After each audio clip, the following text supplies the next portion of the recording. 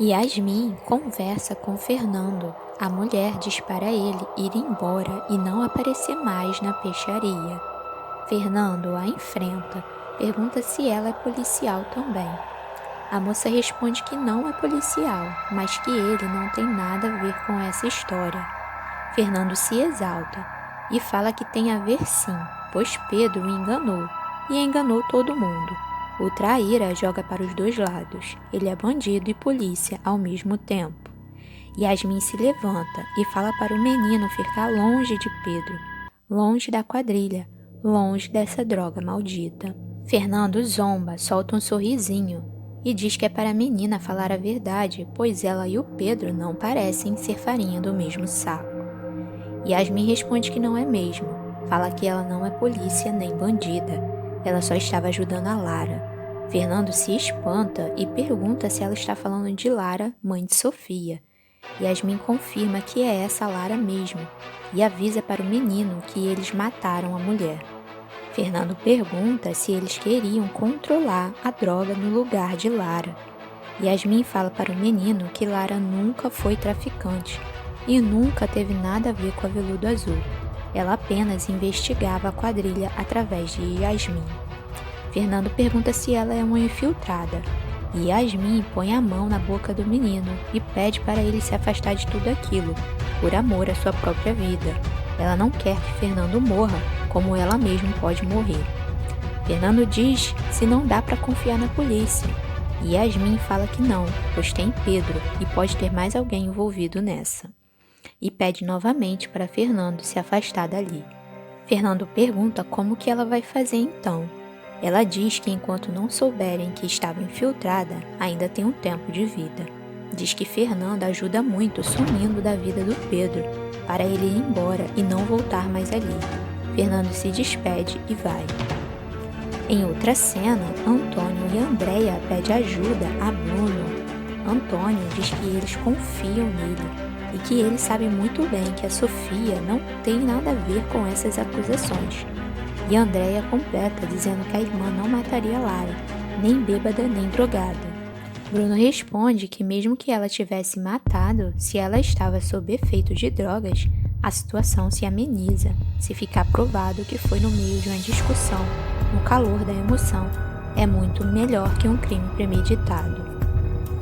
Andréia fala que a irmã não matou, que alguém matou a Lara e está querendo culpar a Sofia. Antônio diz que sabe que o advogado tem que defender seus clientes, estando inocentes ou não, mas que Bruno precisa acreditar neles que Sofia é inocente e pede por favor para Bruno aceitar esse caso. Bruno responde que está meio atordoado com essas notícias todas, mas fala que eles podem contar com ele. Andréia diz que vai dar um jeito de pagar o rapaz, e Bruno responde que essa é a menor das preocupações.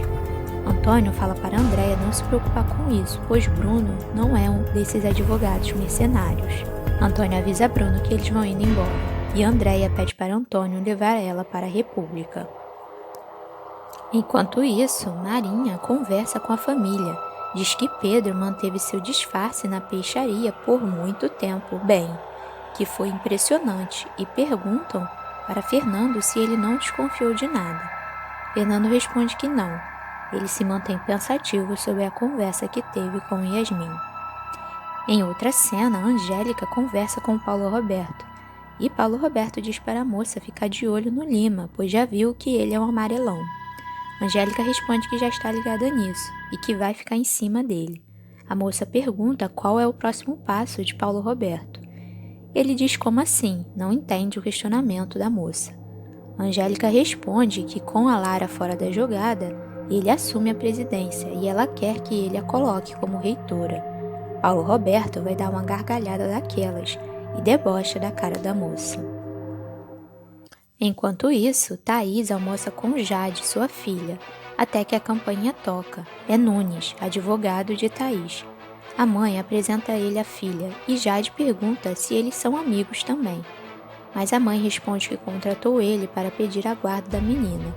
fala que pelo pouco tempo que ficou ali, reparou que várias coisas da menina estão erradas e que vai entrar na justiça para brigar pela guarda da filha.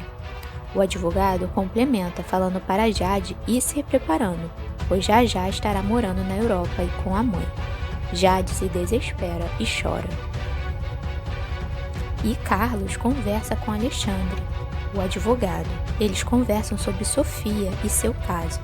Alexandre fala que vai fazer de tudo para Sofia ter uma prisão domiciliar, mas que antes de qualquer coisa, ele precisa tratar de outro assunto importante.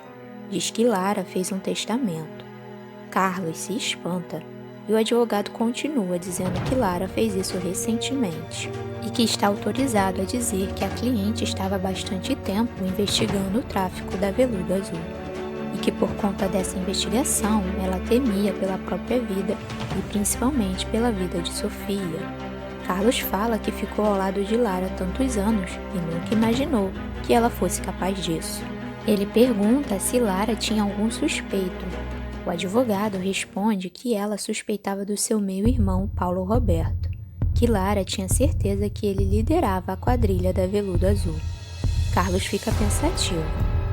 Enquanto isso, o delegado interroga os funcionários do hotel e descobre que Lima, Angélica e Paulo Roberto estiveram no apartamento de Sofia na noite do crime. Ele fica intrigado com todas aquelas informações. André conversa logo após com Graça e diz que acaba de descobrir mais um suspeito, Dr. Paulo Roberto.